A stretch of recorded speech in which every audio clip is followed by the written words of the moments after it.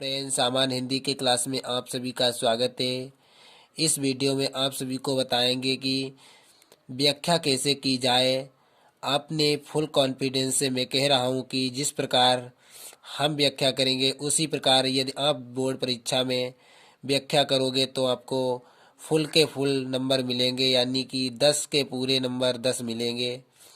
चलिए ना देरी करते हुए यूपी बोर्ड परीक्षा का पेपर दिखाते हैं, इससे व्याख्या कैसे करते हैं। यह नॉर्मल हिंदी का तीसरा क्वेश्चन है, जिसमें लिखा हुआ है दिए गए गद्यांश पर आधारित निम्नलिखित प्रश्नों के उत्तर दीजिए। यानी कि ये आधारित 5 प्रश्न हैं और इनके उत्तर दीजिए।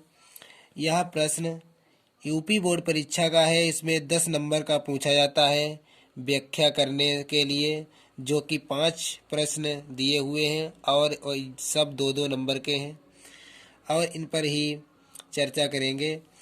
यह व्याख्या करना है जो कि लिखी हुई है, रमणीयता और नित्य नूतनता अन्योन्याश्रित है। रमणीयता के अभाव में कोई भी चीज़ मान्य नहीं होती है। नित्य नूतनता किसी भी सर्जन की मौलिक उपलब्धि की प्रामाणिकता सूचित करती है और उसकी अनुपस्थिति में कोई भी चीज वस्तुतः जनता व समाज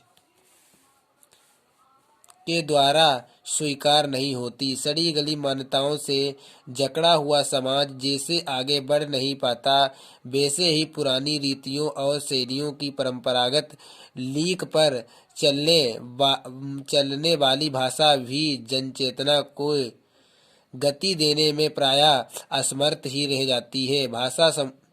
भाषा समूची युग चेतना की अभिव्यक्ति का एक सशक्त माध्यम है और ऐसी सशक्तता भी तभी वह अर्जित कर सकती है तब जब वह अपने युगानुकूल सही मुहावरों को ग्रहण कर सके। भाषा सामाजिक भाव प्रकटीकरण की सुबोधता के लिए ही उद्दिष्ट है, उसके अतिरिक्त उसकी जरूरत ही सोची नहीं जाती। इस प्रकार यह पैराग्राफ दिया हुआ है, इसी में से आपको इन 5 प्रश्नों के उत्तर मिलेंगे। देखिए कैसे।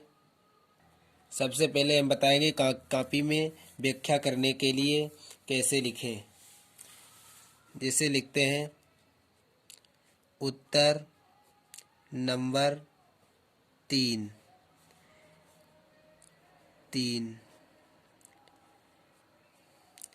का पहला, 3 का पहला ये वाला 3 का पहला करते हैं, सर्जन की मौलिकता उपलब्धि का प्रमाण क्या है। इसमें हम पढ़ लेते हैं, इसमें ही इसका उत्तर छिपा हुआ है। रमणीयता और नित्य नूतनता अन्योन्याश्रित है। रमणीयता के अभाव में कोई भी चीज मान्य नहीं होती। नित्य नूतनता किसी भी सर्जन की मौलिक उपलब्धि की प्रामाणिकता सूचित करती है। देखिए इसमें लिखा हुआ सर्जन की मौलिक उपलब्धि का प्रमाण क्या है। नित्य नूतनता किसी भी सर्जन की मौलिक उपलब्धि की प्रामाणिकता सूचित करती है, यानी कि यह उसका उत्तर हो गया, नित्य नूतनता। हम यहाँ लिख सकते हैं उत्तर में नित्य नूतनता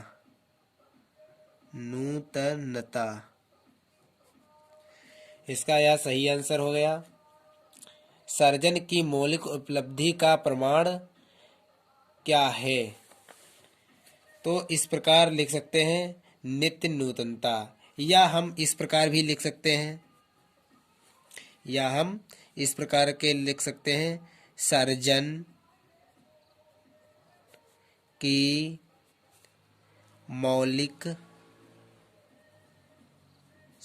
की मौलिक उपलब्धि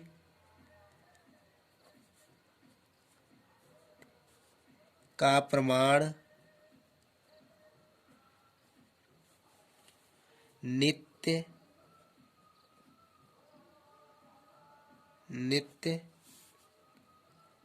नूतनता है। यदि हम इस प्रकार लिखेंगे तो बहुत ही अच्छा होगा। सभी स्टूडेंट्स इसी प्रकार लिखें। पूरे के पूरे नंबर मिलेंगे। यह 10 नंबर का आता है यूपी बोर्ड परीक्षा में। फिर क्वेश्चन नंबर 2 पर बात करते हैं। क्वेश्चन नंबर 2, किससे जकड़ा हुआ समाज आगे बढ़ नहीं पाता। इसमें कहा गया है किससे जकड़ा हुआ समाज आगे नहीं बढ़ पाता। हम फिर से इस पैराग्राफ को पढ़ते हैं। रमणीयता और नित्य नूतनता अन्यो न्योसृतित है। रमणीयता के अभाव में कोई भी चीज मान्य नहीं होती। नित्य नूतनता किसी भी सर्जन की मौलिक उपलब्धि की प्रामाणिकता सूचित करती है और उसकी अनुपस्थिति में कोई भी चीज वस्तुतः जनता व समाज के द्वारा स्वीकार नहीं होती। सड़ी गली मान्यताओं से जकड़ा हुआ समाज जैसे आगे बढ़ नहीं पाता। यहाँ इसका सलूशन मिल गया है। यहाँ लिखा हो किससे जकड़ा हुआ समाज आगे बढ़ नहीं पाता। तो हम लिख सकते हैं सड़ी गली मान्यताओं से जकड़ा हुआ समाज आगे नहीं बढ़ सकता। देखिए इसका उत्तर इसी में मिल गया, तो इसको लिखते हैं। उत्तर नंबर 2। उत्तर नंबर 2। उत्तर नंबर 2, किससे जकड़ा हुआ समाज आगे नहीं बढ़ सकता। सड़ी गली मान्यताओं से जकड़ा हुआ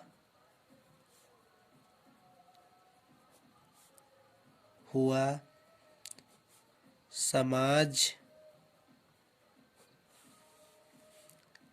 आगे बढ़ नहीं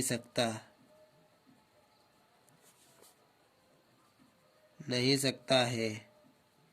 इस प्रकार आसानी से इसी पैराग्राफ में ढूंढ कर आप सभी के जवाब दे सकते हैं। और यह भी 10 नंबर का क्वेश्चन आता है जिसे आप बहुत ही इजी तरीके से कर सकते हैं। फिर उसके बाद नंबर 3 पर आता है रमणीयता और उद्दिष्ट शब्दों का अर्थ लिखिए। क्वेश्चन नंबर 3 का उत्तर है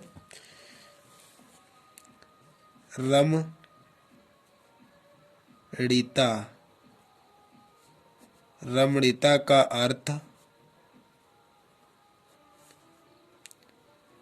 सुंदरता होता है। और इसमें लिखा हुआ है और उद्दिष्ट शब्दों का अर्थ स्पष्ट कीजिए। उद्दिष्ट का अर्थ क्या होता है। और उद्दिष्ट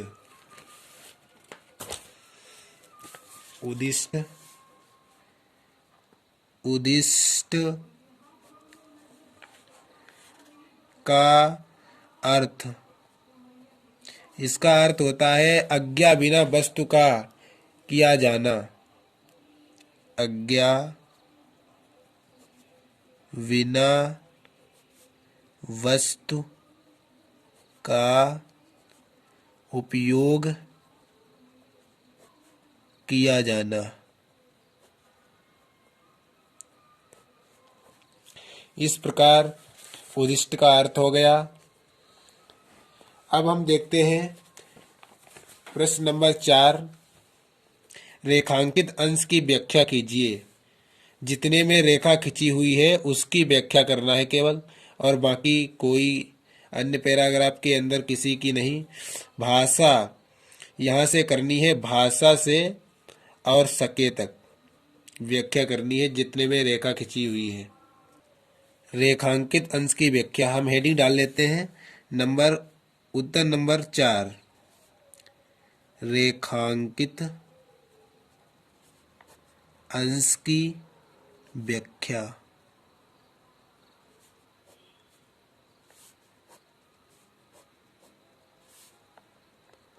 इस प्रकार साफ साफ लिखते हैं रेखांकित अंश की व्याख्या को। इसी में से लिख सकते हैं आप रेखांकित अंश की व्याख्या। यहाँ लिखा हुआ है भाषा समूची युग चेतना।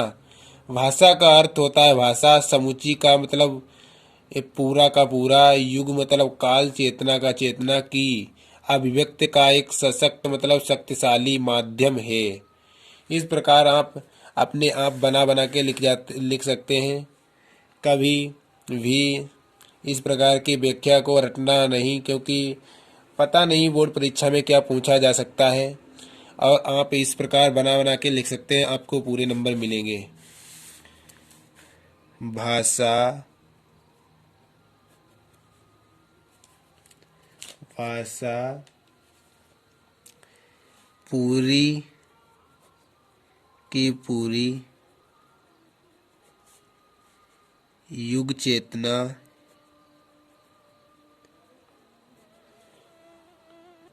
माध्यम है। और इसके बाद आप इसमें देख सकते हैं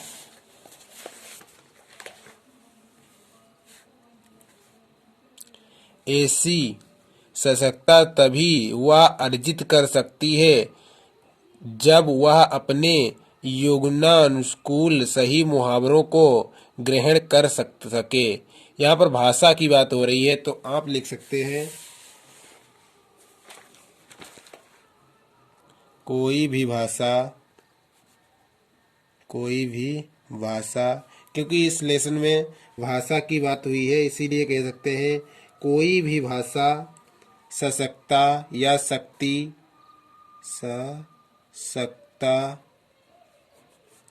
प्राप्त कर सकती है कर सकती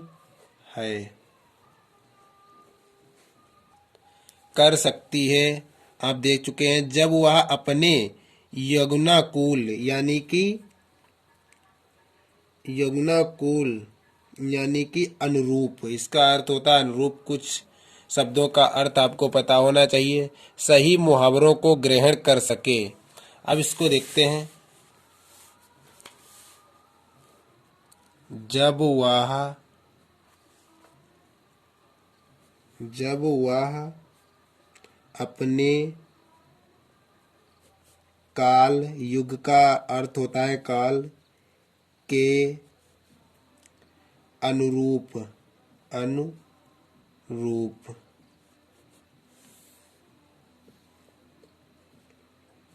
कोई अनुरूप सटीक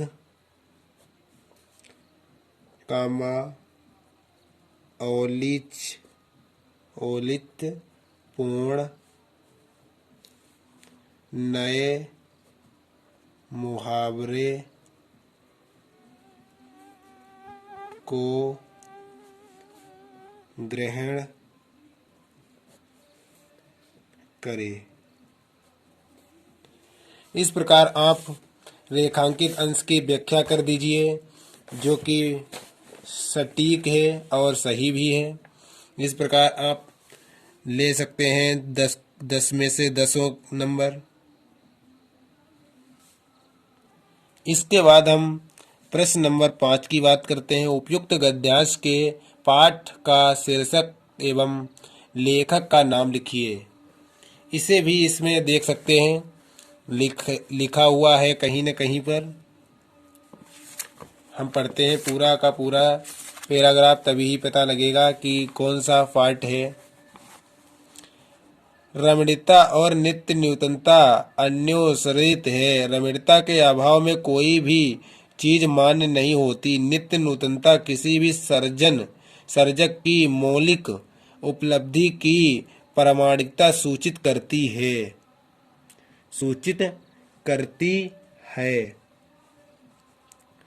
और उसकी अनुपस्थिति में कोई भी चीज वस्तुतः जनता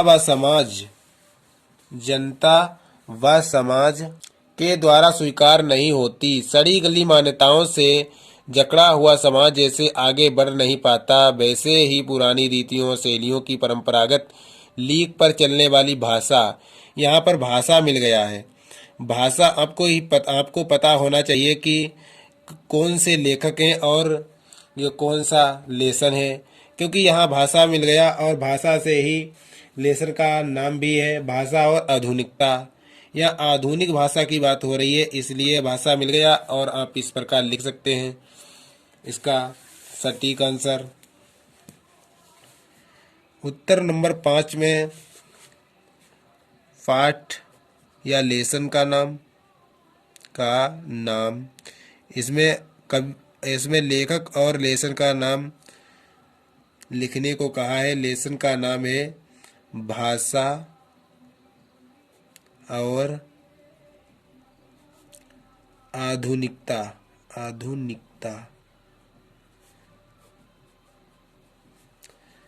कवि या लेखक का नाम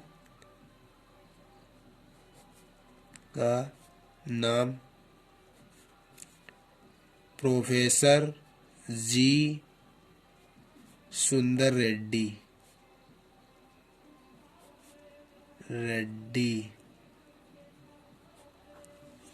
इस प्रकार आप लिख सकते हैं लेखक का नाम और पाठ का नाम। पाठ का नाम तो आपको पता ही चल जाएगा पैराग्राफ पढ़ने से, कहीं न कहीं पर आपको उसका कुछ संदेह मिल जाएगा। और लेखक का नाम आपको पता होना चाहिए कि कौन सा लेसन का कौन लेखक है, ये तो आपको पढ़ना ही पड़ेगा। यदि आप लोग इस प्रकार से व्याख्या करोगे तो हम अपने फुल कॉन्फिडेंस से कह रहा हूँ कि आपको एग्जामिनर पूरे के पूरे नंबर देगा। इस प्रकार के वीडियो देखने के लिए मेरे चैनल को सब्सक्राइब करो और बेल आइकन को प्रेस करो ताकि आने वाली वीडियो की नोटिफिकेशन आपको मिल सके। आगे आने वाला वीडियो में हम हिंदी का पेपर सॉल्व कराएंगे, उसको पूरा देखना, क्योंकि उसी पेपर में आपको पता लगेगा कि किस प्रकार हम यूपी बोर्ड परीक्षा या अन्य किस परीक्षाओं में पेपर कैसे दें। Thank you.